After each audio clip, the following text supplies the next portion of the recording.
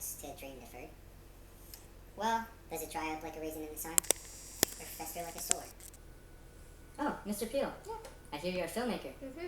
Can you please take my photo? It's for an art piece. Oh, what do you plan on calling it? I'll call it Kitchen Table. Oh, Hughes, Weems, why are you sitting up? Why don't you take a seat at the dinner table? Oh, I'm Tomorrow. sorry. I'll sit at the table. Yes. When the company shall come. Yes, we shall. You see, no one ever in history has offered us a seat at the table before. Besides, they'll see how beautiful I am and be ashamed. Oh, to think that I would have a seat at the kitchen table where the magic happens. Our ideas will be heard, enforced, recognized. Representation at last. We fought to have a seat at the table so our posterity can have one. Let America be the dream, the dreamer's dream. Oh, stop it. Don't you see? There's no such thing as the American dream. The government feeds us phenobarbital to numb us and tease us with success like a dog with a treat. Oh, but if only you have hope. If only we could push together as real black men to establish power and pride. And what about me looks like a real black man? Oh, please, look around. Have you ever been to Harlem? It's a thriving hub of black culture and resistance. The Harlem Renaissance? Yes! Once everyone sees the beauty of our community and we establish ourselves in American society, we'll be on par with the whites. Society is healing. In what year are we talking? 1920, of course. You'd be surprised, a century didn't heal jack. So, Hughes, I hear you're from this period called the Roaring Twenties, or as I learned about in my history class. So, y'all don't know Harlem? Well, I live in Manhattan, New York, so I'll take some trips sometimes, but it's not what you think it is. Shut your trap, Hughes. Don't you know you died in 1967? Before I died! Though the American dream was still not achievable. I mean, we still had segregation during that time. Well, to be honest, the changing times have showed some promise and hope. When I started making my artwork, I wanted to highlight the structural inequities, racial violence, and systemic injustices from the 70s. As time passed, opportunities for my community began to sprout and one day bloom.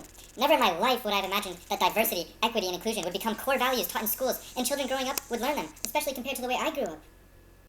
That is true, but have you seen how many efforts there have been to extinguish DEI within schools, colleges, workplaces, etc.? It's like they want to put a muzzle over our voices that are screaming diversity, equity, inclusion, etc.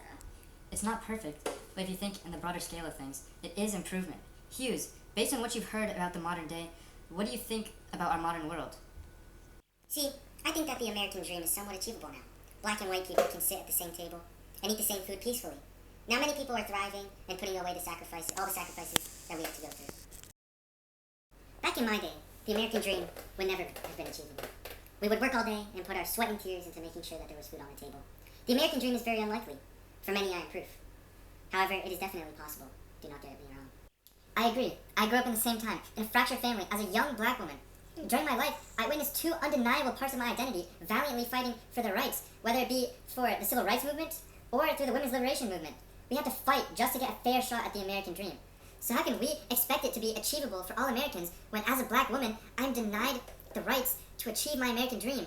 Even today, the American dream is practically impossible for a young black woman like yourself with issues of intersectionality and such in modern American society. And when the media glorifies the American dream, which I strive to do the opposite of, and there's young children like me who grew up without a father and in poverty, then how are we supposed to go about our lives and to reach for things that we don't even exist? Those who believe in the American dream today may not have seen the full picture. To this day, discriminatory practices, such as redlining, where unequal funding is distributed to black and brown neighborhoods, affect much of the population, diminishing their opportunities and making it so much harder for them just to even get the equal footing that some privileged people are born with. Certain areas have schools that remain underfunded, but how can you expect someone to pursue their American dream when their schools are underfunded and they don't even have a proper education? Dreams. Hold fast to your dreams, for if your dreams die, life is a broken winged bird. Right, like there isn't a massive cage surrounding me, bounding me down, tying me down. How am I supposed to achieve my dreams as a black woman? Sorry, I'm getting flustered. But Hughes, I hear you're close with Georgia Douglas Johnson. Why, yes, I go to her seminars all the time. Well then, Hughes, have you ever heard of the heart of a woman falls back with the night and clears its alien cage in its plight and tries to forget it has dreamed of the stars? Well, it breaks on sheltering bars. Ah, that's her work in progress. She wants to call it the heart of a woman. In fact, she copied me with my bird analogy. So here I am, broken winged for being black, and on top of that, trapped in sheltering iron bars, the burden of being a woman. Your point being? Okay, now switching. Hughes, do we really need to spell it out for you? INTERSECTIONALITY. Intersectionality. It was coined in 1989. Essentially, people like Weems are double, triple, if not quadruple doomed due to their race, class, gender, sexuality, if you even know what sexuality is yet. Sectionality, sexuality, you people are too complicated. Here in Harlem, we talk in lines, in stanzas, simple. A-B rhyming, if you know what I mean. Well, for your information, I know you're a little poet, but I make movies. Movies, like motion pictures. Precisely. Ever since I was a child, I've had a taste in horror movies, and I knew that I wanted to be involved in film when I was older, but I felt that horror movies lacked purpose, except for that short little shrill you got at the movie theater. So I experimented with themes of inequality and racism, and kept my films entertaining, unlike your poems. Mr. Peel, I myself am quite a fan of your work, especially that one movie, Us. Oh, stop that it. scared me. But nothing can be more frightening than the monsters of racism, sexism, and inequality, can they? Right, sure, not to say so myself, my films are quite thrilling and centered around paranormal experiences, but the main fear factor that I utilize is that the plot mimics current social and political injustices in our nation today. Sounds fascinating.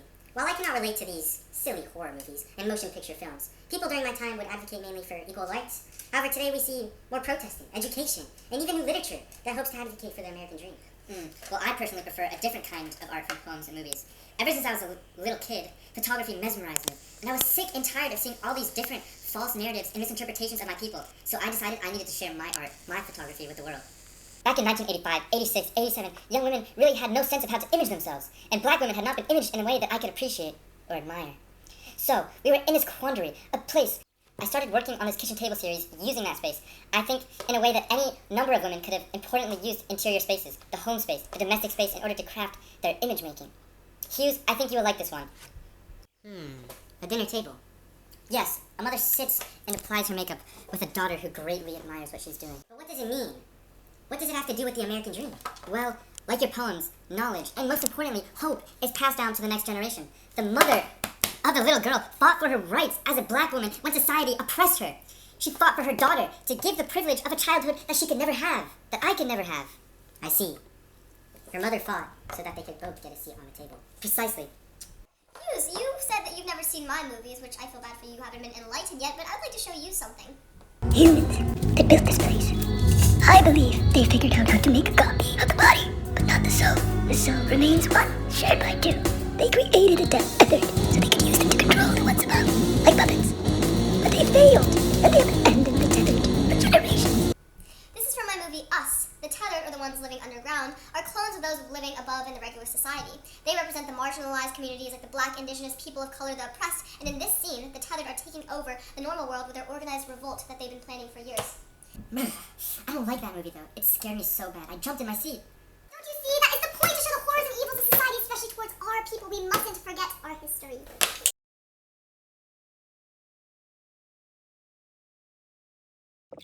Hello everyone, I'm Ben Rad, and I played Langston Hughes in our film. And throughout our time with Miss Blank, we learned about the American dream and how it's the idea that anyone can achieve success and a better life through opportunities and hard work. And for me as a Jewish male whose parents immigrated to America, the American dream is closely tied to educational success, career success, and making sacrifices for my family in the future.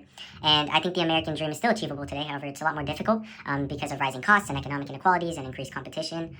Also, I do not think that it has ever been fully achievable for Americans. It's never been 100%. Since groups have faced barriers on race, religion, gender, and certain economic backgrounds. And I think that people have advocated for the American dreams through speeches such as MLK. And protests have been used, and political movements have been also used. Hello, my name is Jacob. To answer our four essential questions, the first one being, what is the American dream? I think, to me, the American dream is being able to pursue your education, starting from childhood, and then from there, get a job that you both enjoy, and can grant you financial freedom to pursue leisurely activities and take care of a family.